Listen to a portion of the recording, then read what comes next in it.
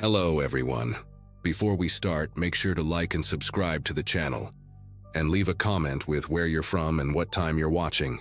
That way, YouTube will keep showing you stories just like this one. Now, let's begin. Working as a 911 dispatcher in Millbrook County wasn't supposed to haunt me like this. 7 years into the job, and I thought I'd heard it all. Car accidents, domestic disputes, medical emergencies. You develop a thick skin, learn to compartmentalize. But that Tuesday night in October 2019, everything changed. I was pulling a double shift, coffee number 5 going cold next to my keyboard, when the call came through at 11:47 p.m. The caller ID showed a local number, and when I answered with my standard greeting, I heard breathing so quiet I almost thought it was a pocket dial. Then came the whisper that still echoes in my nightmares. "Please help me," the voice said, barely audible. A young girl couldn't have been more than 16 or 17. "He's here. Tyler's here and he's trying to get in." I immediately flagged it as priority 1 while keeping my voice steady and calm, just like training taught us. My fingers flew across the keyboard, dispatching units to the address that popped up on my screen. 1847 Maple Grove Lane, a quiet neighborhood on the north side of town. The girl's name was Emma Winters, and as I pulled up her information, my screen filled with previous incident reports. Restraining order filed 3 months ago against Tyler Brennan, age 19. Multiple stalking complaints. A chill ran through me as I realized this wasn't just another scared teenager calling about a noise outside. "Emma, I need you to stay calm," I said, activating the recording system and putting on my headset for better audio. "Officers are on their way. Where are you right now?" There was a shuffling sound, fabric rustling, and then her voice came back even quieter. "I'm in my bedroom closet. My parents went to Indianapolis for their anniversary. They won't be back until tomorrow afternoon." My heart sank. She was alone. I could hear something in the background now, a rhythmic sound that made my skin crawl. Thud, thud, thud, like someone kicking a door, testing its strength. "Is your bedroom door locked?" I asked while sending additional notes to the responding units. "Juvenile home alone. Suspect attempting entry." The response came back. "Unit 23 and Unit 45 en route. ETA 8 minutes. 8 minutes. In our job, we know that 8 minutes can be a lifetime." Emma's breathing got faster, more panicked. "Yes, but he already broke through the back door. I heard the glass shatter in the kitchen. He's walking around downstairs calling my name." Her voice cracked on the last word, and I heard her stifle a sob. The footsteps were audible through her phone now. Heavy boots on hardwood floors, slow and deliberate. Tyler wasn't in a hurry. He knew she was there, knew she was trapped. "Emma Elizabeth," a male voice sang out, muffled but clear enough to hear the mocking tone. "Come on out, baby. We need to talk about why you've been ignoring me." I updated the units. Suspect inside residence. Then I heard it. Footsteps on stairs. That distinctive creak of someone ascending step by step. "He's coming upstairs," Emma whispered, and I could hear the terror strangling her voice. I pulled up the house layout from county records. 3 bedrooms upstairs, 1 bathroom. Emma's room was at the end of the hall according to her earlier description. "Emma, I need you to do exactly what I say. Is there anything in the closet you can use to barricade the door?" I kept my voice level even though adrenaline was flooding my system. 6 minutes until units arrive. The sound of doors opening and closing came through the line. Tyler was checking each room methodically. "Your mom's craft room is looking real nice." His voice drifted through Emma's phone, closer now. "But that's not where you are, is it?" Emma's breathing was so rapid I worried she might hyperventilate. There's a dresser, but it's heavy. I can't." A door slammed somewhere in the house, making her gasp. The bedroom door handle rattled. Just a test at first, then more aggressive. "Emma, baby, I know you're in there. I saw your car in the driveway. I've been watching the house for hours waiting for your parents to leave." The door shook as he threw his weight against it. Bang! The sound was explosive through the phone, and Emma let out a terrified whimper. "Don't make me break another door tonight. You know how much I hate it when you make me angry." I was typing frantically, updating the units. Suspect at bedroom door. Attempting forced entry, expedite. The response made my stomach turn to ice. "Dispatch, Unit 23 here. Major accident blocking Route 47. Having to take alternate route. New ETA 12 minutes. 12 minutes. I wanted to scream at them to drive faster, to go off-road if they had to, but I kept my professional composure. Emma needed me calm. Bang, bang, bang.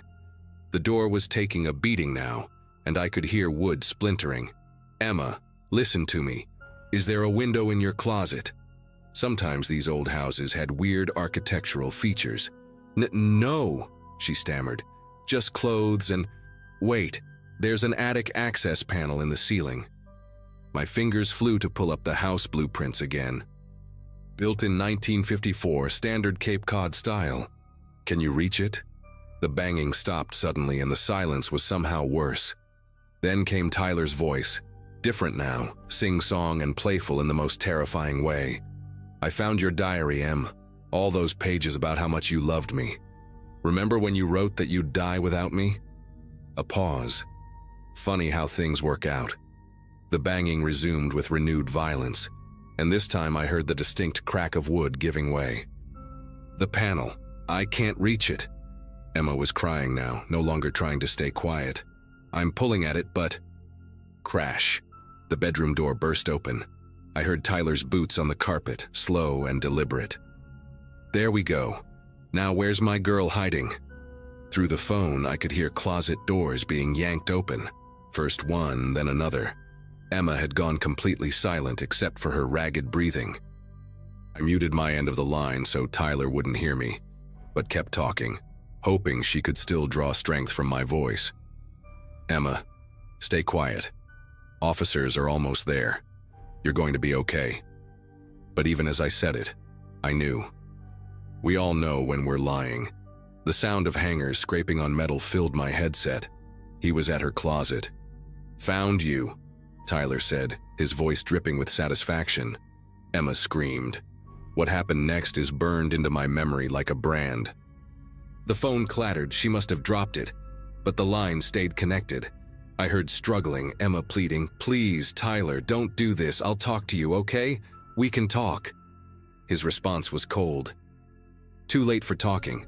You had your chance. 3 months of chances." There were sounds of a struggle, things falling, breaking. Emma was fighting back. "Good girl," I thought desperately. "Keep fighting. Buy time." "Unit suspect has made contact with victim," I transmitted, my professional mask finally cracking. "Code 3, repeat, code 3. Through the chaos, I heard Emma's voice stronger than I expected. "You're sick, Tyler. That's why I left. You need help." Wrong thing to say. The sounds that followed, I can't adequately describe them. Violence has a particular audio signature when you're helpless on the other end of a phone line. 7 minutes until units arrive. By the time I heard the sirens through Emma's phone, it had been quiet for almost 2 minutes. Not the kind of quiet that means everything's okay, the kind that sits heavy in your chest like wet cement. I stayed on the line, talking to no one, saying Emma's name over and over. When the officers finally entered the house, I heard their boots, their shouts of, "Police, show yourself." Then finally one of them must have found the phone because I heard Officer Daniel's familiar voice. "Dispatch, we need EMS now, and notify the coroner." My supervisor had to physically remove the headset from my head. I couldn't let go. In my 7 years as a dispatcher, I'd lost callers before. Heart attacks where EMS didn't make it in time, car accidents that were too severe. But I'd never lost someone like this. Someone who was alive and fighting just minutes before. Someone whose last words I heard. Tyler ran, of course, jumped out Emma's bedroom window and disappeared into the woods behind the house. The manhunt started immediately. State police, helicopters, K9 units, the works.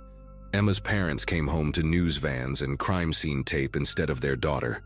The media latched onto the story like vultures. Teen girl dies while on phone with 911. 12 minutes too late. A system failure. They played edited portions of my call with Emma, her terrified whispers becoming sound bites for the evening news. Reporters camped outside the dispatch center, shoving microphones at anyone in uniform. The department put me on administrative leave pending investigation. Standard procedure, they said, but it felt like blame. I sat at home watching the coverage, watching them debate response times and budget cuts and whether we needed more officers on night shift. None of it would bring Emma back. They caught Tyler 3 days later, hiding in his uncle's hunting cabin 2 counties over. He pleaded guilty to avoid the death penalty, got life without parole. At the sentencing, Emma's mother looked right at me. I'd been called to testify about the call. I expected hatred in her eyes, blame for not somehow doing more. Instead, she mouthed, "Thank you," and I broke down completely. She found me after in the courthouse bathroom where I was splashing water on my face. "You stayed with her," she said simply. "She wasn't alone. That matters." I returned to work eventually, but nothing was the same. Every call could be another Emma. Every delay could cost a life. I lasted 6 more months before I quit, moved to a different state, took a job in IT where the worst emergency is a server crash. But on quiet nights, I still hear her voice, still see that timer counting down minutes we didn't have, still wonder if there was something, anything I could have said or done differently. The answer is always no, and that's what haunts me most.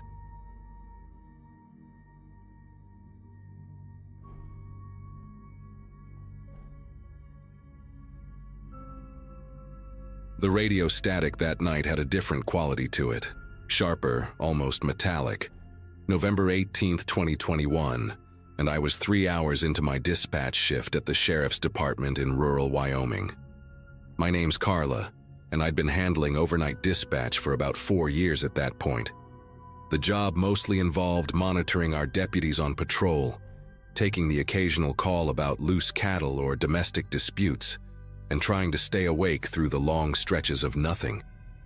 We ran a skeleton crew after dark, just 3 deputies covering nearly 800 square miles of wilderness, ranch land, and the occasional cluster of houses that passed for neighborhoods out here.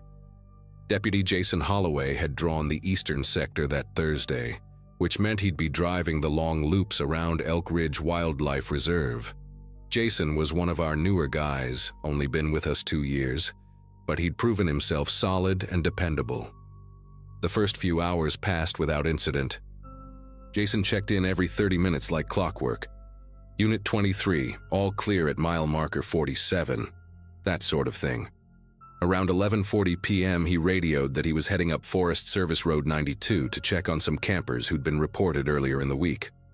The reserve technically closed at sunset, but people sometimes ignored the signs, especially during hunting season. I logged his location and went back to my crossword puzzle. The next check-in would be at 12:10 a.m. Except 12:10 came and went without a word from Jason. At 12:15, I tried raising him on the radio. "Unit 23, this is dispatch. Please report your status." Nothing but that strange, sharp static. I tried twice more before alerting Sergeant Coleman, who was patrolling the western sector. Policy said we'd wait until 12:30 before initiating search protocols, but something about the quality of that silence made my skin prickle. At 12:28 a.m., just as I was about to officially call it in, Jason's voice burst through the radio, but it wasn't his usual calm, professional tone. He was breathing hard, almost panting. "Dispatch Unit 23, there's someone out here, on foot, middle of the road." His voice crackled and broke up. "They're just standing there, not moving." I grabbed my headset and leaned forward. "Unit 23, can you describe the individual? Do they appear to be in distress?" The response came after a long pause. "Negative on description. They're about 50 yards ahead. Can't make out features. They're wearing something dark, maybe a coat, standing completely still."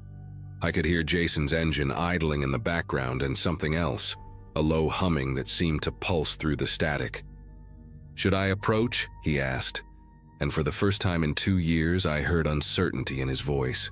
Before I could respond, Jason spoke again, his words coming faster now.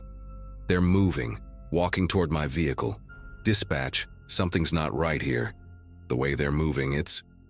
The transmission cut to static, then came back. Like they're gliding, not walking, gliding. I immediately radioed Coleman to head to Forest Service Road 92, then focused on Jason. "Unit 23, maintain distance, do not exit your vehicle. Back up en route." But Jason wasn't listening anymore. I could hear his door chime. He was getting out.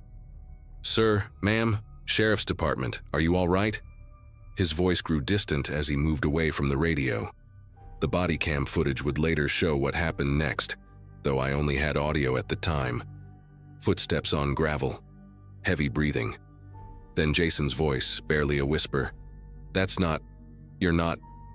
A sound followed that I'll never forget, like wind chimes made of bone, tinkling in a breeze that shouldn't exist. The radio erupted in a burst of noise, Jason screaming, not in fear, but in pure confusion, like someone trying to process something impossible. The face is wrong!" Then nothing, complete silence, not even static. I slammed my palm on the transmission button. "Unit 23, Jason, respond immediately." My voice cracked as I repeated the call over and over. Coleman radioed that he was 15 minutes out, pushing his cruiser hard on those winding mountain roads. I alerted Sheriff Morrison and initiated a full emergency response. Every available unit, volunteer firefighters, even some off-duty officers who lived nearby. Everyone converged on Forest Service Road 92. Those 15 minutes waiting for Coleman to arrive stretched like hours. I kept trying to raise Jason, switching between professional protocol and desperate pleading. "Jason, if you can hear this, just key your mic. Just let us know you're alive." Coleman arrived at Jason's last known position at 12:51 a.m. His voice came through tight with worry. "Dispatch, I've located Unit 23. Vehicle is running, driver door open, lights on. No sign of Deputy Holloway." I could hear him moving around the scene. His sidearm is on the ground beside the vehicle, magazine full. Doesn't appear to have been fired. Radio handset is hanging outside the door. More footsteps, quicker now. There's marks in the gravel, like something was dragged. But they just stop about 20 feet from the vehicle. Just stop dead. The sound of Coleman's breathing filled my headset as he followed the drag marks. "His badge is here, and his boot, just one boot, left foot." The sheriff arrived 10 minutes later with 3 more units. They set up a perimeter and began a systematic search, but the forest seemed to swallow their flashlight beams. The darkness beyond the road felt hungry, alive in a way that made no sense. The search continued through the night. Dogs were brought in at first light, but they refused to follow any trail past where the drag marks ended. They'd approach that spot, then back away whimpering, tails tucked between their legs. The handler, a veteran named Bill Hutchinson, who'd worked search and rescue for 20 years, said he'd never seen his dogs act that way. Around 7 a.m., Deputy Melissa Thorne found Jason's other boot nearly a quarter-mile into the forest, placed neatly at the base of a pine tree like someone had set it there deliberately. His duty belt was discovered an hour later, hung precisely over a branch 15 feet off the ground. No one could explain how it got there. The tree trunk was smooth, no low branches to climb. Each item we found was clean, undamaged, arranged with an unsettling care that made my stomach churn. The body cam footage, when we finally reviewed it, only deepened the mystery. The video started normal enough, Jason driving down the dark forest road, headlights cutting through the darkness. At 11:58 p.m., a figure appeared in the distance, exactly as he'd described. Standing motionless in the middle of the road, the image quality was grainy, but you could make out a tall, thin silhouette wrapped in what looked like a long, dark coat. As Jason's cruiser approached, the figure didn't move, didn't even seem to breathe. Then it began walking toward the vehicle with that horrible gliding motion Jason had described, feet never quite seeming to touch the ground properly. Jason got out, called to the figure. The camera showed him walking forward, hand resting on his sidearm but not drawing it. The figure stopped about 10 feet away. For 3 seconds, they stood facing each other. Then the figure lifted its head, and the camera caught a glimpse of its face. The footage corrupted at that exact moment, not damaged or deleted, but corrupted in a way our tech specialist said he'd never seen before. Pixels arranged themselves into patterns that hurt to perceive, geometries that shouldn't exist in a two-dimensional image. The search expanded over the following days. State police, FBI, volunteers from 3 counties, hundreds of people combing through the Elk Ridge Reserve. We found more of Jason's belongings scattered throughout the forest, each placed with that same deliberate care. His wallet tucked inside a hollow log, bills and cards neatly arranged. His wedding ring balanced on top of a rock formation that would have required technical climbing gear to reach. His uniform shirt, cleaned and pressed as if fresh from the dry cleaner, draped over a bush deep in a ravine, but never Jason himself. Never any blood, any signs of struggle beyond those initial drag marks. On the 4th night of searching, I was back at dispatch when Coleman radioed in from Forest Service Road 92. He was doing a routine check of the scene, something we'd been doing every few hours. His voice came through shaky. "Carla, you're not going to believe this. There's someone standing in the exact spot where we found Jason's cruiser. Same position, same posture, just standing there." My fingers fumbled for the radio. "Can you identify them? Is it Jason?" Coleman's cruiser camera was recording as he approached, headlights illuminating the figure. "Negative. I don't know what this is. They're wearing Jason's uniform. But Carla, we have Jason's uniform in evidence. I logged it myself." I pulled up the evidence log. He was right. Every piece of Jason's uniform was accounted for. "Coleman, do not approach. Wait for backup." But he was already getting out, already walking toward the figure. I could hear his footsteps, his breathing getting heavier. "Sir, I need you to turn around slowly and keep your hands where I can see them." The figure didn't move. Coleman got closer. "Sir, I'm talking to you. Turn around now." Still nothing. Coleman was maybe 5 feet away when he stopped suddenly. A gasp escaped him. The face. There's no face. It's just smooth, like skin stretched over a mannequin. Then Coleman screamed, a sound of pure primal terror that sent ice through my veins. The radio cut to static. When backup arrived 8 minutes later, they found Coleman's cruiser empty, engine running, doors locked from the inside. His body cam showed nothing but that same impossible corruption. After Coleman vanished, the FBI took over the case completely. They brought in specialists, people who dealt with unusual circumstances. Their words, not mine. The Forest Service Road was closed indefinitely. The search was called off after 2 weeks with no trace of either deputy found. But that wasn't the end. That was just the beginning of something worse. A month later, Deputy Thorne was patrolling near the reserve when she heard crying over her radio. Not through dispatch, but bleeding through the static on a channel that shouldn't exist. She recorded it on her phone, played it for me later. It was Jason's voice, clear as day, calling for help, saying he was lost, that they wouldn't let him leave. The recording lasted 43 seconds before dissolving into that bone chime sound. 3 months after that, a hiker reported seeing 2 sheriff's deputies standing motionless in the forest, about a mile from the road. Said they were facing each other, perfectly still, like they were frozen mid-conversation. By the time rangers investigated, nothing was there but 2 sets of boot prints that started and stopped without explanation. I quit the department 6 months after that night. Couldn't handle the radio anymore. Every burst of static sounded like Jason trying to break through.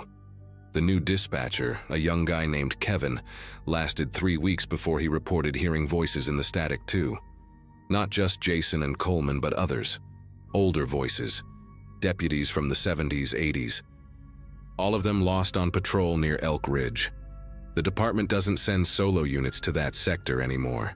They've had too many close calls. Deputies reporting figures on the road, equipment malfunctioning, radios picking up impossible transmissions. The official report lists Jason and Coleman as missing. Case is still open but inactive. Their families held memorial services with empty caskets, but I know they're not dead. Not exactly.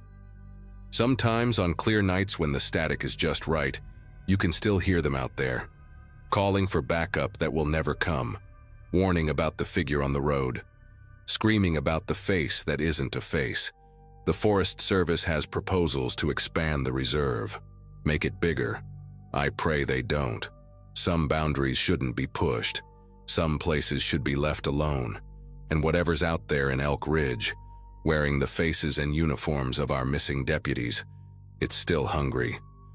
Still waiting on Forest Service Road 92 for the next solo patrol to come driving through the dark.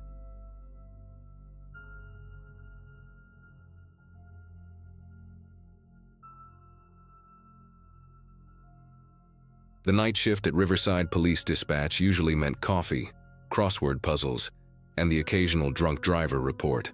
3 years into the job, I'd heard every excuse, every sob story, every bizarre complaint imaginable. That changed on a humid Thursday in early September 2022, when the 911 system lit up with a call from 847 Willow Street at 11:47 p.m. 2 seconds of dead air, then nothing. The address pulled up as a condemned duplex that had been sitting empty since a kitchen fire tore through the east side 18 months earlier. The place should have been demolished already, but budget cuts kept pushing it back. I logged the hang-up and went back to my lukewarm coffee, figuring some kid had found a way inside and was messing around with an old landline that somehow still had juice. 20 minutes later, another call. Same address, same pattern. Brief silence, then disconnection. The hairs on my neck started to prickle. In my experience, repeat hang-ups from abandoned buildings usually meant one of three things: faulty wiring, someone in genuine trouble who couldn't speak, or somebody trying to lure officers into an ambush. Protocol demanded we send a unit to check after 2 calls from the same location. I radioed Officers Bradley and Martinez, who were doing their rounds near the industrial district. Bradley's voice crackled through, casual and unbothered. They'd swing by, probably find some teenagers drinking stolen beer or a homeless person who'd pried open a window. Routine stuff. But something in my gut kept twisting, the way it does when a storm's coming and the air pressure drops. I pulled up the property records while they drove. The duplex had been owned by a dental practice that went bankrupt, then seized by the city for back taxes. Bradley's body cam footage started streaming to my monitor at 12:14 a.m. The duplex looked worse than the photos in our system. Peeling yellow paint, plywood over most windows, weeds growing through cracks in the concrete steps. The fire damage on the east side had left black streaks up the exterior wall like claw marks. Martinez circled around back while Bradley approached the front door, which hung slightly ajar. That detail made my spine go rigid. City maintenance always sealed these properties tight after condemning them. Bradley pushed the door open with his boot, flashlight cutting through the darkness inside. The smell hit him immediately. I could tell by how his head jerked back. Mold, smoke damage, and something else he couldn't identify. The living room had been stripped down to bare walls and exposed wiring, but fresh footprints tracked through the dust on the floor. Multiple sets, different shoe sizes. The third call came through while Bradley was still in the doorway. This time I heard breathing before the line went dead. Ragged, almost panting. I tried to trace the exact origin within the building, but the old phone system only gave me the main address. Martinez's radio crackled. He'd found a basement window that had been recently pried open, the metal frame bent outward like someone had used a crowbar. Fresh scratches in the rust. Bradley decided to clear the first floor before they investigated the basement, moving through what used to be a kitchen. The cabinets were gone, sold off or stolen, leaving ghostly outlines on the walls. But in the corner, barely visible in the flashlight beam, sat a new addition. A camping cooler, the expensive kind with a tight seal. The red plastic looked alien against all that decay. Bradley popped it open and found ice packs still partially frozen, surrounding glass vials filled with clear liquid and syringes wrapped in plastic. That's when they heard the humming. Low and rhythmic, coming from somewhere below. Not quite a song, more like a chant without words. Bradley and Martinez exchanged glances through the body cam feed. I could see the tension in their shoulders, the way they gripped their weapons a little tighter. They made their way to the basement door, which had been painted over so many times the layers created ridges like tree bark. Fresh marks scored the paint near the handle, as if someone had been clawing at it. The humming grew louder as Bradley eased the door open. The wooden stairs groaned under his weight, each step echoing in the darkness below. Martinez followed, covering him. The basement stretched longer than it should have, extending under both sides of the duplex. Emergency work lights, the kind construction crews use, had been strung along the ceiling with orange extension cords, snaking back to a portable generator humming in the corner. What they found down there still makes my skin crawl when I think about it. The basement had been transformed into something between a medical facility and a church. Folding tables lined the walls covered with notebooks, medical supplies, and printed photographs of young people. Teenagers mostly, some barely looking 13. Red twine connected the photos like a spider web, with notes scribbled on index cards at each intersection. But the center of the room stopped them cold. 7 people sat in a circle on cushions, heads bowed, that eerie humming flowing from their throats in perfect unison. In the middle of their circle, a girl who couldn't have been older than 16 lay motionless on a camping mat. Her eyes were open but unfocused, pupils dilated to black pools. Strange symbols had been drawn on her arms with what looked like permanent marker. Not satanic stuff, but geometric patterns that seemed to shift in the work light's harsh glare. An IV drip ran into her left arm, the bag hanging from a music stand someone had repurposed. Bradley announced police presence, his voice booming in the confined space. The humming stopped instantly, like someone had yanked a plug from a socket. 7 heads turned in perfect synchronization, and that's when I saw their faces clearly on the body cam. They weren't what I expected, no wild hair or crazed expressions. These people looked normal, almost professional. 3 women and 4 men, ages ranging from maybe 25 to 50, dressed in clean casual clothes like they'd just come from an office job. The oldest man, gray-haired with wire-rimmed glasses, smiled at the officers with the practiced warmth of a pediatrician. He introduced himself as Dr. Harold Vance, speaking in a voice smooth as melted butter. He explained they were conducting a therapeutic intervention, helping troubled youth process trauma through guided meditation. He had credentials, he assured them, gesturing to a briefcase near the wall. The girl on the mat was named Stephanie, a willing participant who'd been living on the streets before they took her in. Something about his voice made my teeth ache. Too calm, too rehearsed. Bradley asked about the IV drip, and Dr. Vance explained it was a harmless saline solution with vitamins, keeping the participants hydrated during their extended sessions. But Martinez had circled behind the group, and his flashlight caught something the doctor hadn't mentioned. 3 more mats rolled up in the corner, each with a pillow and IV stand waiting. The other circle members remained perfectly still, hands folded in their laps, eyes tracking the officers with an intensity that felt wrong. One woman, maybe 30 with strawberry blonde hair pulled into a tight bun, kept tilting her head at odd angles like she was listening to something only she could hear. Through the radio, I heard more voices from upstairs. Bradley called for backup while Martinez checked on the girl. Her pulse was steady but slow, and when he shined his light in her eyes, she didn't even blink. The track marks on her arms weren't just from the current IV. Older puncture wounds dotted her skin like constellations. The 4th 911 call came through then, and this time I heard a voice. Young, male, whispering, "Please, they won't let us leave." The line stayed open for 8 seconds before cutting off. I immediately patched this information to Bradley, watching his posture change on the camera feed. Dr. Vance's smile never wavered, but something shifted in the room's atmosphere. The circle members began to stand up slowly, too slowly, like they were moving underwater. That's when I noticed their eyes. All of them had the same dilated pupils as the girl on the mat. Bradley ordered everyone to remain seated, but they kept rising, forming a tighter circle around the officers. The woman with the strawberry blonde hair started humming again, a different tune this time, and the others joined in one by one. The sound made the body cam audio crackle with static. Martinez tried to radio for that backup, but his words came through garbled, like the signal was being jammed. Dr. Vance reached into his pocket and both officers drew their weapons, but he only pulled out an old flip phone, holding it up like a peace offering. "The children call when they're ready for the next phase," he explained, his voice still maddeningly calm. "They're upstairs completing their personal inventories. Would you like to meet them?"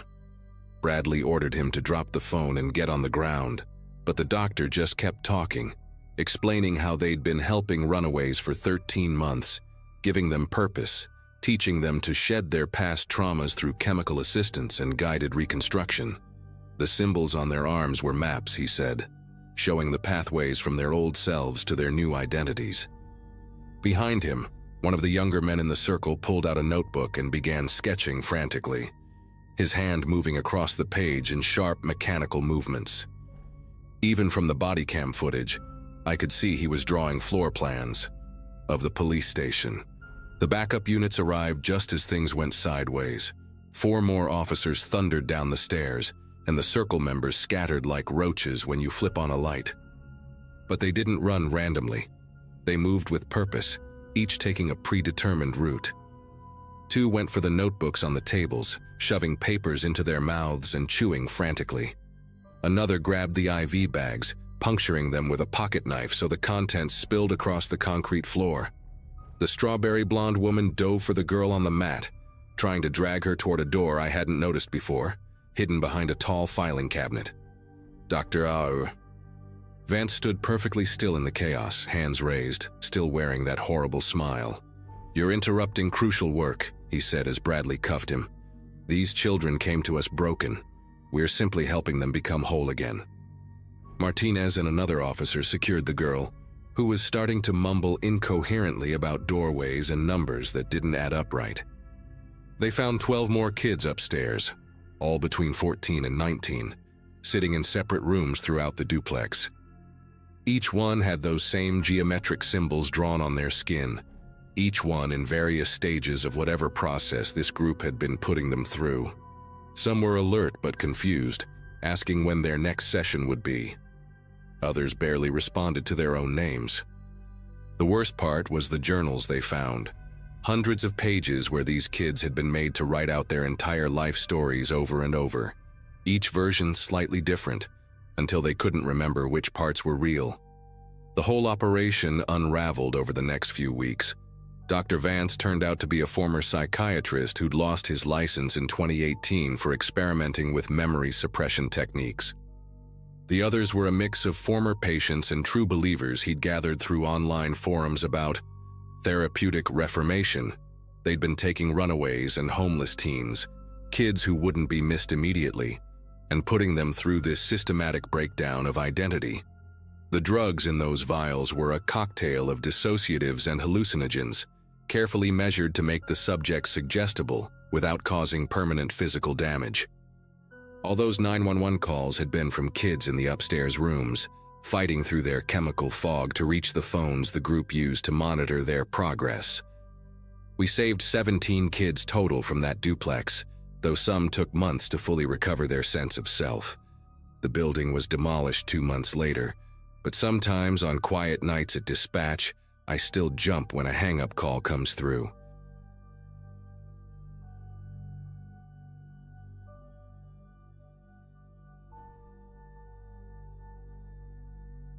Vincent Torres had been my partner for 8 months when everything changed that Friday night, in August 2018. He was one of those seasoned cops who'd seen every type of call imaginable during his 22 years on the Clearwater Heights force. Domestic disputes, drug busts, armed robberies, you name it. At 51, he had this calm demeanor that came from experience, never rattled by the chaos that usually sent rookies like me into a panic. We'd been patrolling the quiet suburban streets since 10 p.m., the kind of neighborhood where the biggest excitement was usually someone's sprinkler system malfunctioning or a raccoon getting into garbage cans. The radio had been relatively quiet that night, Just a few noise complaints and one drunk driver we'd pulled over around midnight. Vincent always insisted on driving past the old Restwood Cemetery during our rounds, claiming it was a magnet for trouble despite its peaceful appearance during daylight hours. The cemetery stretched along the entire eastern border of the Maple Grove subdivision, its wrought iron gates often left unlocked by the careless groundskeeper. Dating back to the 1800s, it housed generations of Clearwater Heights residents in elaborate Victorian monuments and weathered family plots that the city barely maintained anymore. Most locals avoided the area after dark, not out of superstition, but because it attracted homeless camps and teenagers drinking stolen beer among the headstones. Vincent had arrested more kids there than anywhere else on our beat. The street lamps cast an eerie glow across the cemetery entrance, creating long shadows that danced between the old oak trees. As we approached the gates around 2:30 a.m., Vincent slowed our patrol car to his usual crawling pace, scanning the grounds for any signs of trespassers. That's when we both saw her, a small figure standing motionless between two tall granite headstones, barely visible in the dim light filtering through the cemetery's ancient trees. "Jesus Christ," Vincent whispered, immediately pulling the car to a stop and grabbing his flashlight. The child appeared to be around 7 or 8 years old, wearing what looked like a pale nightgown that seemed to glow against the darkness. Her long, dark hair hung loose around her shoulders, and she stood completely still, as if she were part of the cemetery itself. Vincent and I exchanged glances. Finding a child alone in a graveyard at nearly 3 a.m. wasn't just unusual, it was deeply disturbing. My training kicked in as I radioed dispatch to report a possible missing child, while Vincent stepped out of the car with his hands raised in a non-threatening gesture. The little girl didn't move, didn't acknowledge our presence, just continued staring straight ahead at something we couldn't see. Her bare feet were clearly visible against the dark grass, and I wondered how long she'd been standing there in the August heat.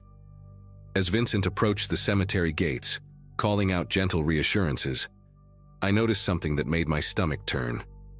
The child's nightgown wasn't just pale. It was filthy, stained with what looked like mud and grass, as if she'd been wandering for hours. Her posture was rigid, unnatural, like a statue placed among the headstones. Vincent kept his voice calm and friendly, asking her name, if she was hurt, where her parents were. The standard questions we'd been trained to ask in situations involving minors. But the girl never responded, never even turned her head in our direction. She just stood there, perfectly still, her small frame silhouetted against the moonlight filtering through the oak branches. The entire scene felt wrong in a way I couldn't articulate, like we'd stumbled into something that violated the natural order of things. Vincent gestured for me to circle around the other side of the cemetery fence, thinking maybe we could approach her from both directions without startling her. I grabbed my own flashlight and jogged around the perimeter, my boots crunching on the gravel path that bordered the cemetery. The girl remained motionless as I positioned myself about 20 feet from her other side, close enough to see her more clearly, but far enough to avoid seeming threatening. Her skin was pale, almost translucent in the moonlight, and her eyes were wide open, staring at something beyond the headstones. What struck me most was how perfectly still she was. Not the fidgety stillness of a scared child, but an absolute statue-like immobility that seemed impossible for someone her age. Vincent was now inside the cemetery grounds, speaking in the gentle tone he usually reserved for domestic violence victims. He asked her about her family, if she lived nearby, if someone had hurt her. The girl's lips never moved, never even twitched. Her breathing was so shallow I couldn't tell if she was breathing at all. The nightgown she wore was torn at the hem, revealing more dirt and what looked like small scratches on her legs. Vincent took another step closer, his flashlight beam carefully pointed at the ground to avoid blinding her. That's when I noticed the strangest detail of all. Despite standing on damp grass for what must have been hours, the soles of her bare feet were completely clean. No mud, no grass stains, nothing that would indicate she'd walked through a cemetery in the middle of the night.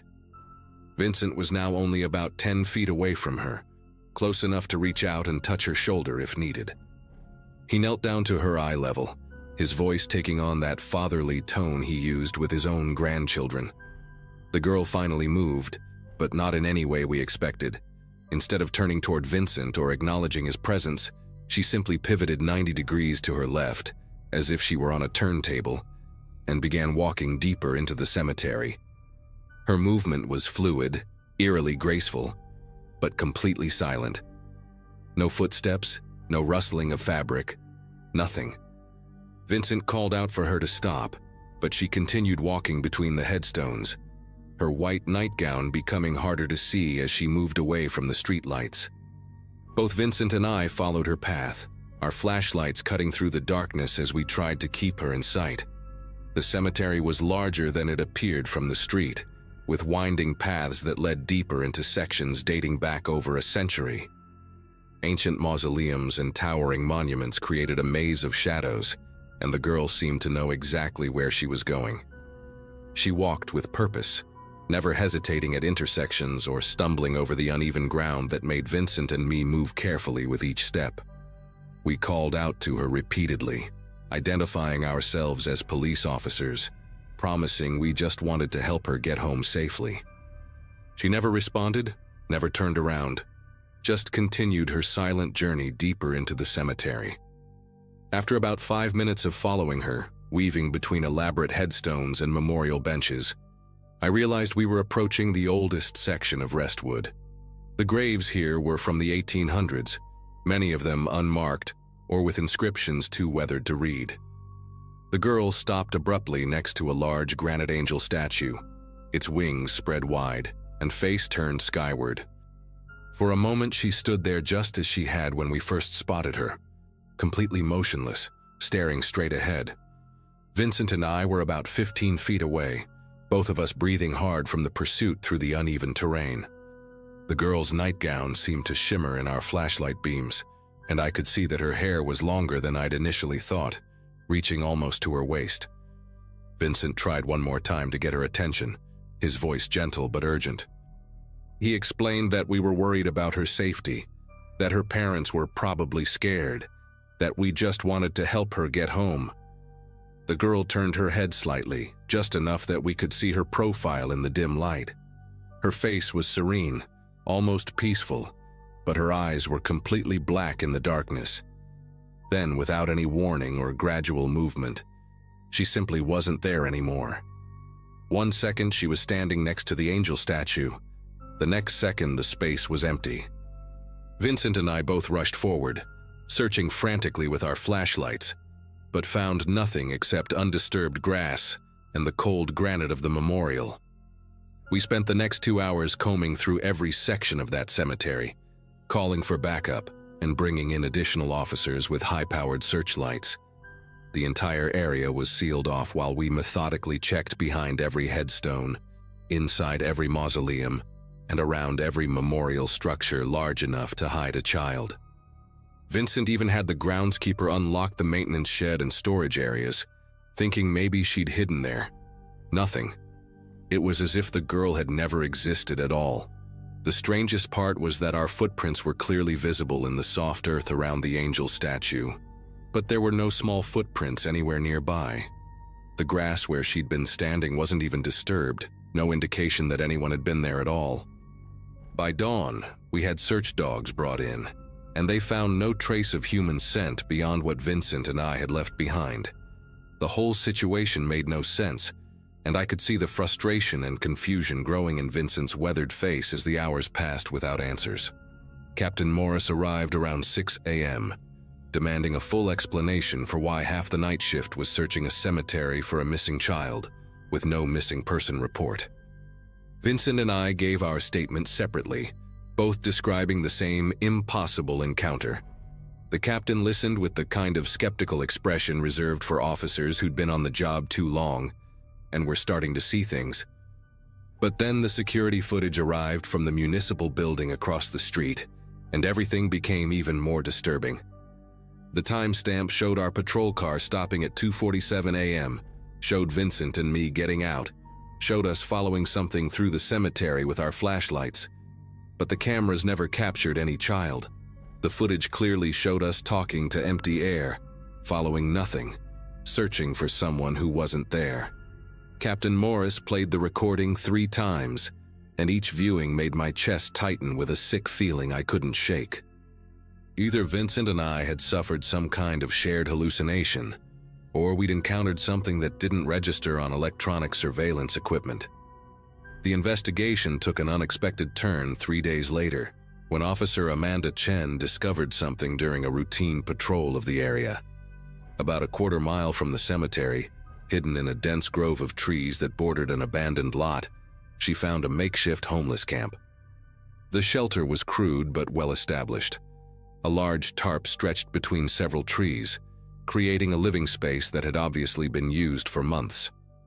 Inside, Amanda found sleeping bags, camping equipment, and several plastic bags filled with children's clothing. The clothes were all for a girl around 7 or 8 years old.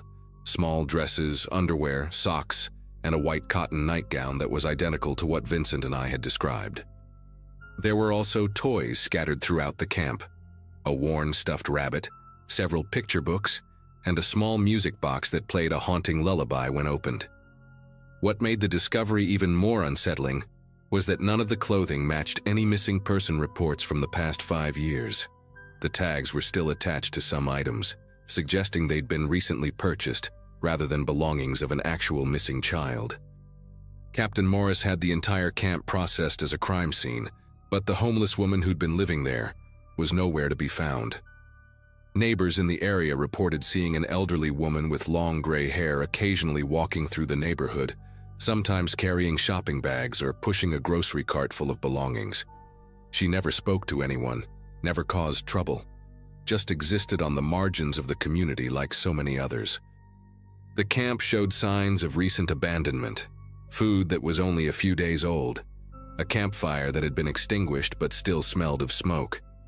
It was as if she'd vanished right around the time Vincent and I had our encounter with the child. We never found the woman, never got any answers about the children's clothes or toys, and never saw the girl again. The case was eventually filed away as unexplained, but Vincent retired early that winter, claiming he couldn't patrol those streets anymore without thinking about that night. 5 years later, I still drive past Restwood Cemetery during my shifts, and sometimes I slow down near those old headstones, wondering if I'll see her again, that silent child who appeared and disappeared like morning mist, leaving behind only questions and the memory of something that shouldn't have existed.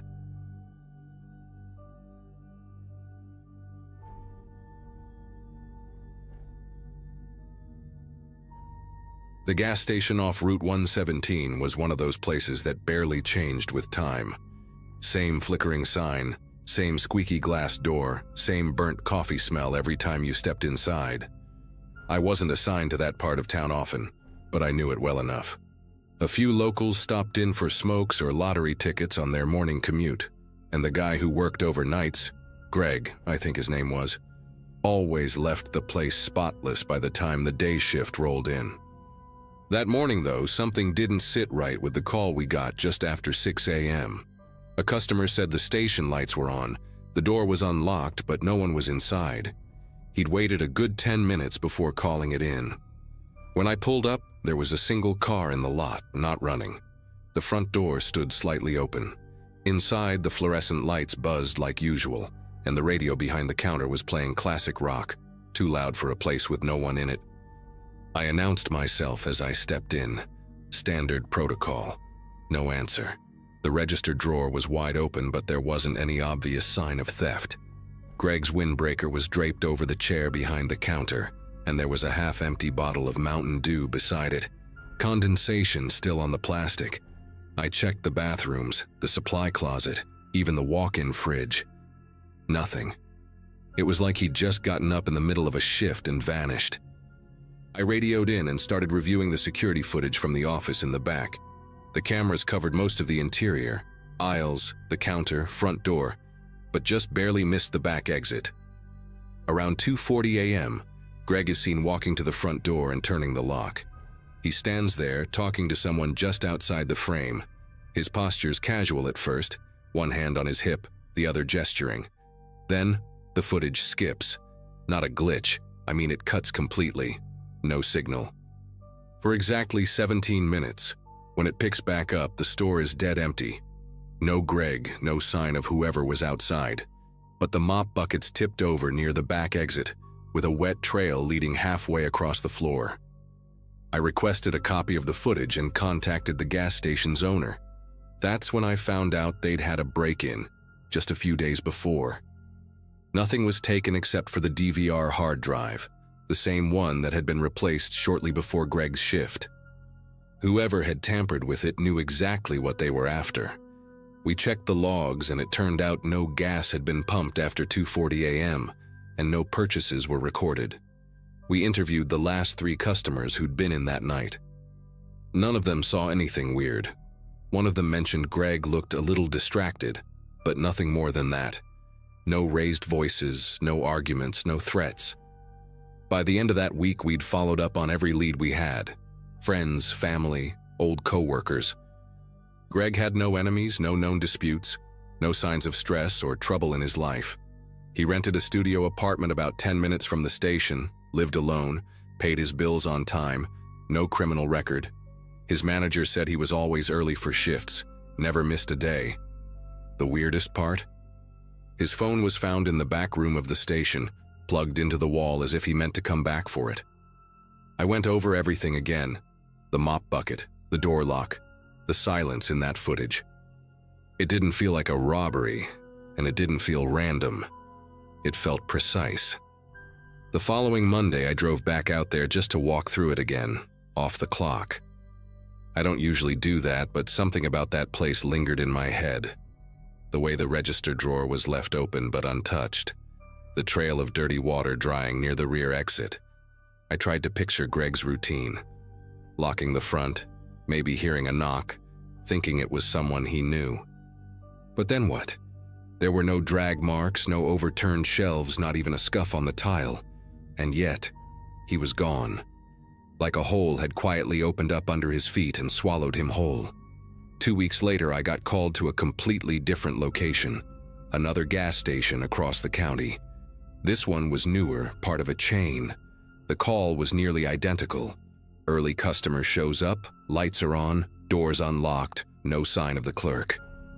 Her name was Rebecca Tran. 27, part-time night worker, in school during the day. Same situation, register open, phone still charging behind the counter, fresh cup of coffee left half full. And again, the security footage was useless. Cameras lost feed at 2:37 a.m. for exactly 16 minutes. When it came back, the store was quiet, empty, and the mop was knocked over in the supply closet. I drove straight back to the first location that night. I sat in my cruiser in the parking lot, just watching. I don't know what I expected to see. Something about the silence of that place at night felt unnatural, like it was waiting for something. There's a kind of stillness that settles in when you're alone in an open space under harsh lights, where even the hum of the bulbs starts to feel accusatory. I kept thinking about the missing footage, not corrupted, removed, deliberately. Whoever did this didn't just want the person gone. They didn't want the moment of it to exist at all.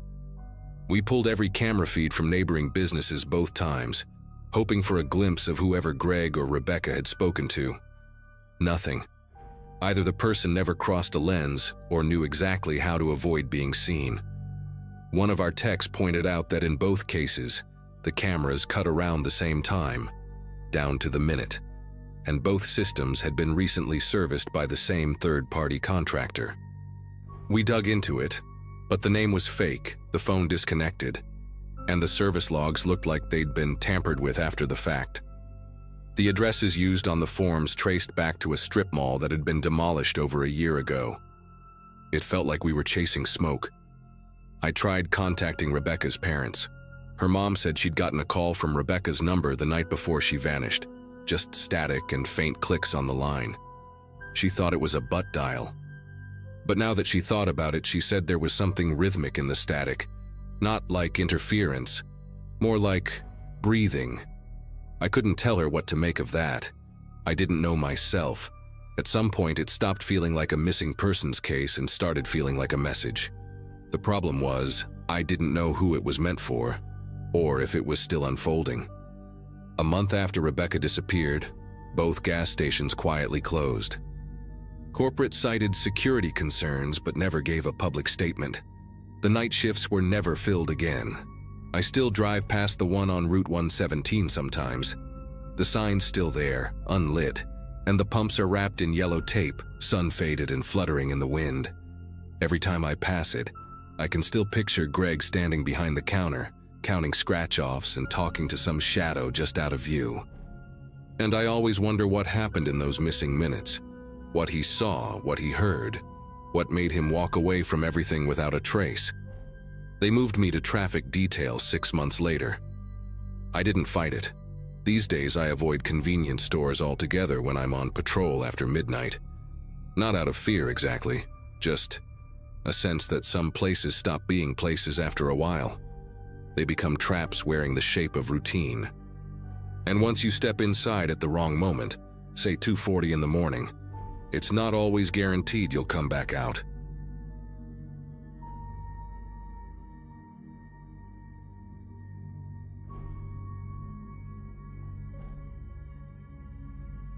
Let me start by saying I'm a park ranger at Blackwood Forest Preserve in northern Michigan, and what happened to me last March still gives me nightmares. I'd been working the night shift for about 3 years by then, mostly dealing with teenagers partying or the occasional lost hiker. At 34, I thought I'd seen everything these woods could throw at me. The preserve covers nearly 8,000 acres of dense pine and oak, with hiking trails that snake through valleys most people never bother exploring.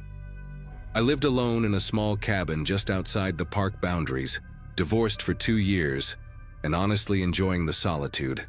My routine was simple: patrol the main trails, check the camping areas, and make sure the gates were locked by midnight. It was peaceful work, exactly what I needed after my messy breakup with my ex-wife Lisa.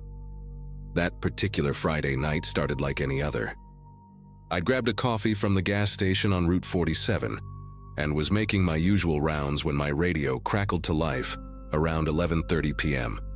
The dispatcher, Nancy, sounded unusually tense as she relayed a call from 2 hikers who'd been camping near the South Ridge. They reported hearing children crying somewhere deep in the forest, beyond the marked trails. The sound had been going on for over an hour, they said, and it was getting closer to their campsite. When I asked Nancy for more details, she mentioned the hikers seemed genuinely scared, not the usual drunk college kids making prank calls. These were experienced outdoorsmen, a father and son from Grand Rapids who'd been camping in our preserve for years. They knew the difference between animal sounds and human voices, and they were absolutely certain they were hearing children in distress. I grabbed my flashlight and headed toward the South Ridge, my boots crunching through the frost-covered leaves. The temperature had dropped to about 28 degrees, and my breath formed small clouds in the beam of my light. As I got closer to the camper's location, I could hear it too, a faint, high-pitched wailing that seemed to drift through the trees like smoke. It wasn't constant, but came in waves, sometimes sounding like multiple voices overlapping.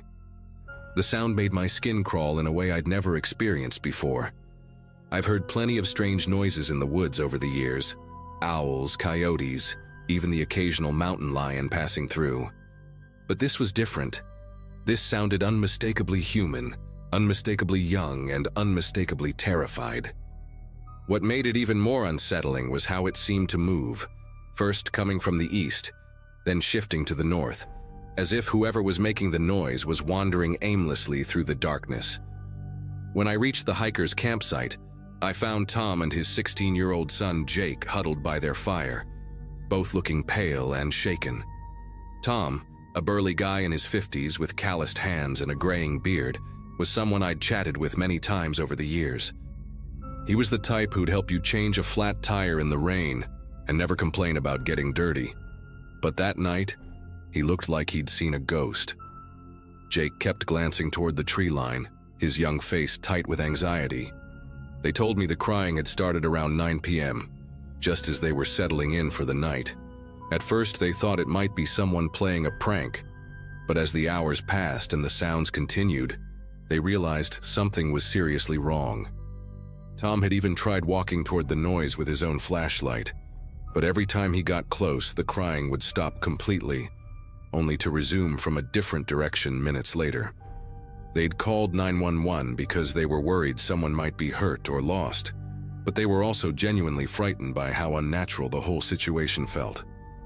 I decided to investigate further, telling Tom and Jake to stay put while I ventured into the woods. The crying had gone quiet for about 10 minutes, but I could still feel an oppressive weight in the air, like the forest itself was holding its breath. I followed what looked like a deer path heading northeast, deeper into the preserve than most visitors ever went. The beam of my flashlight cut through the darkness, illuminating twisted branches and shadows that seemed to dance just beyond my vision. After walking for maybe 20 minutes, I stumbled upon something that made me stop dead in my tracks. There, carved into the bark of a massive oak tree, were crude drawings that looked like they'd been made with a knife or sharp rock. They showed stick figures of adults and children, but the children were always separated from the adults, sometimes with lines drawn between them like barriers. Some of the drawings had what appeared to be tears coming from the stick figures' eyes. The carvings were fresh. I could still see sap bleeding from the cuts. As I examined the tree more closely, I noticed other markings scattered throughout the area. On a birch tree about 30 feet away, someone had scratched the words, "Come play," in uneven letters. A nearby pine had numbers carved into it. 3, 7, 12, with no apparent pattern. But what really sent chills down my spine was what I found behind a cluster of thick bushes. Hidden from view was a makeshift shelter, not the kind you'd expect from a typical homeless camp, but something more deliberate and unsettling. Tarps and branches had been woven together to create a low, tunnel-like structure that you'd have to crawl to enter. Around the shelter's entrance, someone had arranged dozens of small objects, children's toys, mostly broken or dirty, along with pieces of clothing that looked like they'd been there for months. There were stuffed animals with missing eyes, a red wagon with 3 wheels, and several pairs of small shoes lined up in a neat row. The smell coming from inside the shelter was sour and organic, like rotting food mixed with something else I couldn't identify. I radioed for backup immediately, my voice probably betraying more fear than I intended. Within an hour, 2 county sheriff's deputies arrived along with Detective Angela Foster, a sharp-eyed woman in her 40s who specialized in missing persons cases. We cordoned off the area and began a thorough search of the shelter and surrounding woods. Inside the makeshift dwelling, we found sleeping bags, canned food, and dozens of handwritten notes scattered across the ground.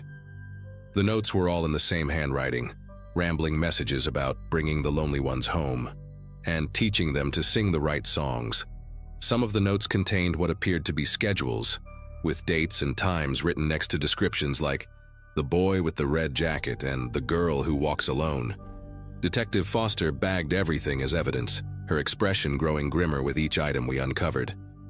But the most disturbing discovery was a collection of photographs tucked inside a waterproof container. Pictures of children playing in parks, walking to school, or riding bikes, all taken from a distance with a telephoto lens. The investigation that followed revealed details that still make my skin crawl. The shelter belonged to a man named Carl Hendricks, a 47-year-old drifter who'd been living off-grid in various forest preserves across the Midwest for over 6 years. He'd been reported missing by his sister in Wisconsin back in 2017, but nobody had been actively looking for him. What made the case even more chilling was the discovery that Hendricks had been using recordings of children crying, actual recordings he'd somehow obtained, to lure people deeper into the woods. He'd hidden small battery-powered speakers throughout the forest, controlled by a remote device he kept in his shelter. The plan, according to the notebooks we found, was to attract concerned adults who would come looking for distressed children, then somehow overpower them when they were alone and vulnerable. Detective Foster told me they found evidence linking Hendricks to at least 3 missing persons cases from neighboring states, all involving people who disappeared while hiking or camping in remote areas. The most unsettling part was that we never found Hendricks himself. By the time we discovered his camp, he'd already vanished into the wilderness. The manhunt that followed lasted 3 weeks and involved search teams from 5 different counties. We combed through every inch of Blackwood Forest Preserve and the surrounding wilderness areas, using dogs, helicopters, and thermal imaging equipment. I spent those weeks barely sleeping, constantly looking over my shoulder during my patrols and jumping at every sound in the woods. The whole experience changed how I viewed the forest I'd called home for years. Places that had once seemed peaceful and familiar now felt menacing and full of hidden dangers. We found more evidence of Hendrix's activities scattered throughout the preserve, additional speakers hidden in tree hollows, more carved messages on distant trees, and several other temporary campsites that showed he'd been moving around the area for months. But the man himself remained a ghost, always one step ahead of our search efforts. Detective Foster theorized that he'd been watching us the whole time, using his knowledge of the terrain to stay hidden while we stumbled around looking for him. The breakthrough came when a park ranger in northern Wisconsin reported finding a similar setup, speakers, carved trees, and disturbing notes, in a state forest about 200 miles from our location. The handwriting matched Hendrix's perfectly, and the modus operandi was identical. Local authorities set up surveillance around the Wisconsin site, and after 4 days of waiting, they finally spotted him.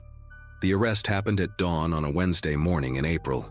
Hendrix didn't resist when the officers approached his new campsite, almost as if he'd been expecting them. He was gaunt and wild-looking with matted hair and clothes that hadn't been washed in months.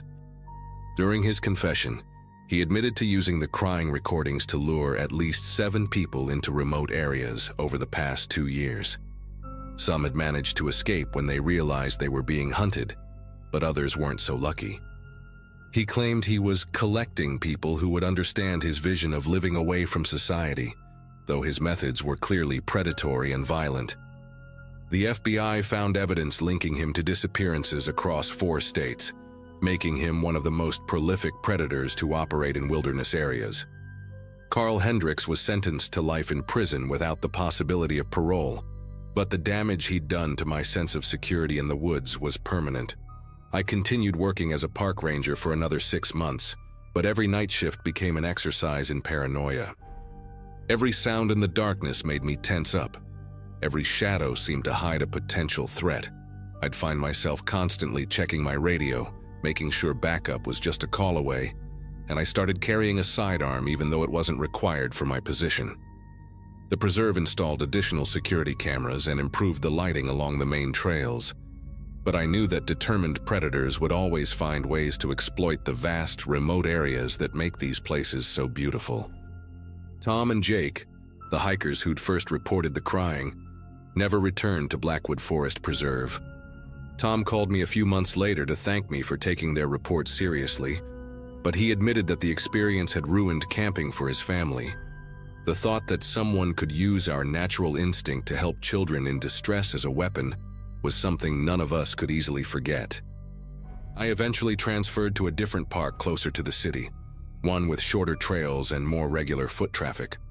The Hendrix case taught me that evil can hide anywhere, even in the places we go to find peace and solitude. But it also showed me the importance of trusting your instincts when something doesn't feel right. If Tom and Jake hadn't called that night, if I hadn't taken their report seriously, Hendrix might have continued his sick game for months or years longer. Sometimes I still wake up thinking I hear children crying in the distance, but I remind myself that the real monster was caught and locked away. The forest itself isn't evil. It's just a place where people can disappear if they're not careful. These days, I always tell hikers to stay on marked trails, camp in designated areas, and never investigate strange sounds alone. The wilderness can be unforgiving enough without human predators making it worse. As for Hendrix, he's spending the rest of his life in a concrete cell, which is exactly where he belongs.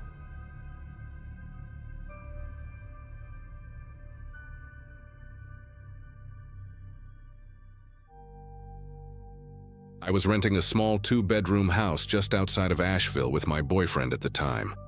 The place had this outdated charm, faded floral wallpaper, those yellowed light switches from the 80s, and a weird little hatch in the hallway ceiling that led to the attic crawlspace. Rent was cheap for the area, and the landlord, Mr. Ellis, was one of those old-school guys who still used a flip phone and wrote receipts by hand. He barely showed up except to collect rent or mow the patchy front lawn himself, always wearing the same sun-bleached Braves cap. We'd only been living there for a few months when things started getting strange. At first, it was little things. My boyfriend Kyle thought I was the one misplacing stuff. Remote on the floor, pantry door half open, a towel knocked off the hook in the bathroom. I brushed it off, figured it was the wind or maybe I'd done it without thinking. But then came the noises. Subtle at first, soft creaks at night like wood settling, which every old house has. But then we started hearing them at very specific times, mostly around 2 or 3 a.m. A light thump here, a dragging noise there, sometimes a soft knock behind the bedroom wall. We tried to explain it away. Mice, maybe? A raccoon? The attic wasn't insulated, so animals getting in didn't seem impossible. One night, though, I woke up to what sounded like breathing coming from the vent above our bed. Not loud, not rhythmic, but this low, shallow sound. I sat up in the dark, squinting at the ceiling, heart racing. Kyle didn't hear it. He sleeps like a corpse. But I lay there for almost an hour, too freaked out to even reach for my phone. The next morning, I convinced myself I was just overtired, and we moved on like nothing happened. The turning point was when Kyle found his earbuds in the kitchen drawer, buried under the oven mitts. That might sound small, but he never put anything there. It was my drawer filled with my random junk. He swore he left them on his desk. That same week, I noticed my shampoo bottle was moved to the opposite end of the tub, like someone had used it. But we were both out that day until late. I didn't say anything right away, just kept watching. I started putting things in weird positions, tilting the picture frame in the hallway, folding the corners of the toilet paper, tiny traps. And then, 3 days later, I found the frame perfectly straight and the toilet paper replaced completely. Brand new roll. Kyle swore it wasn't him.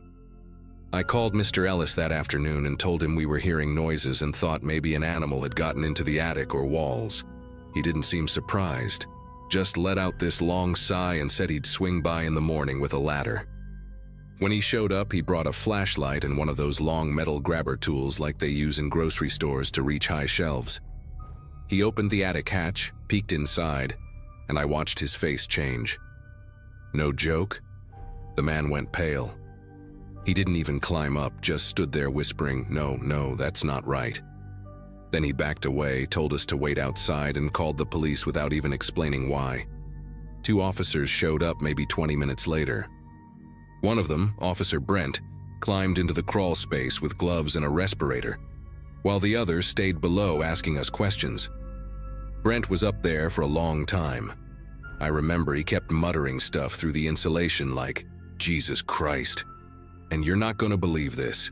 When he finally came down, he was holding a crumpled blanket, some plastic grocery bags full of moldy food, and a handful of household items, 2 forks, one of my hair ties, Kyle's baseball cap. Things we hadn't even realized were missing. The worst part? He said it looked like someone had been living up there for a while. Weeks, maybe months. They brought in another unit to go through the whole attic properly, and that's when they found it. There was a small vent behind our bedroom wall, barely noticeable unless you looked for it. Hidden behind the slats was a tiny mounted GoPro, its red light blinking like it had just run out of battery. One of the officers pulled it out with a gloved hand, and I remember Kyle just repeating, "That's our room, that's our bed, man." It hit me then that someone had been watching us, not just hiding but observing, recording. The crawl space had a clear line of sight to that vent like it had been arranged deliberately. The camera had a micro SD card inside. I don't know exactly what was on it. Police never showed us the footage, but I overheard one of them outside say it had weeks of recordings. They confiscated it immediately. That night, Kyle couldn't sleep. I couldn't even walk past the hallway without checking the ceiling. We sat in the living room with all the lights on, barely speaking. Every small sound made my skin crawl. At one point, I caught myself staring at the vent again, wondering how many nights I had gotten dressed, slept, or cried in that room while someone was right above us, watching through a tiny slit in the wall. We moved out 2 days later. I didn't even wait for the official notice. I packed a bag, called my sister who lived across town, and begged her to let us crash in her guest room. Mr. Ellis was understanding, maybe even embarrassed. He said he'd cover the cost of breaking the lease and didn't ask questions. I don't think he wanted to know more than he already did. Police never gave us a name or said whether they caught anyone, but the implication was clear. Whoever had been living in that crawl space had access to our house, probably from the start, and we'd never known. They could have come down while we were sleeping.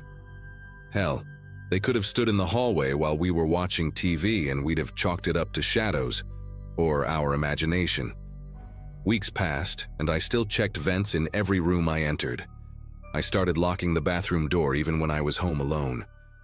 Kyle and I didn't last long after that. He tried to pretend it didn't mess him up, but I think it shook him more than he let on. I remember one night I found him just standing under the hallway hatch, flashlight in hand, not saying a word. I asked what he was doing, and he just said, "Trying to hear if they ever left." We didn't talk about it after that. A detective called me about a month later, said they found fingerprints but no match in the system. All they could say was that it wasn't a homeless squatter. The setup was too deliberate, too clean in its own twisted way. Whoever it was had picked us, picked me specifically, judging by the placement of the camera. That part stuck with me the most. Not the fact that someone was living above my ceiling, not even the idea that they watched me sleep. What I still think about is that out of every house on that street, they chose mine. They chose me. And I have no idea why. I live in a third-floor apartment now. No attic, no crawl space, no vents I can't see into. Every once in a while I still dream about the blinking red light, and I wake up feeling like someone's just stepped back into the shadows. I don't know if they ever caught the person. I never went back to ask. Maybe that's what scares me the most. Not knowing if they're still out there. Not knowing if one day in some other house someone else will find that same blinking light and realize they haven't really been alone.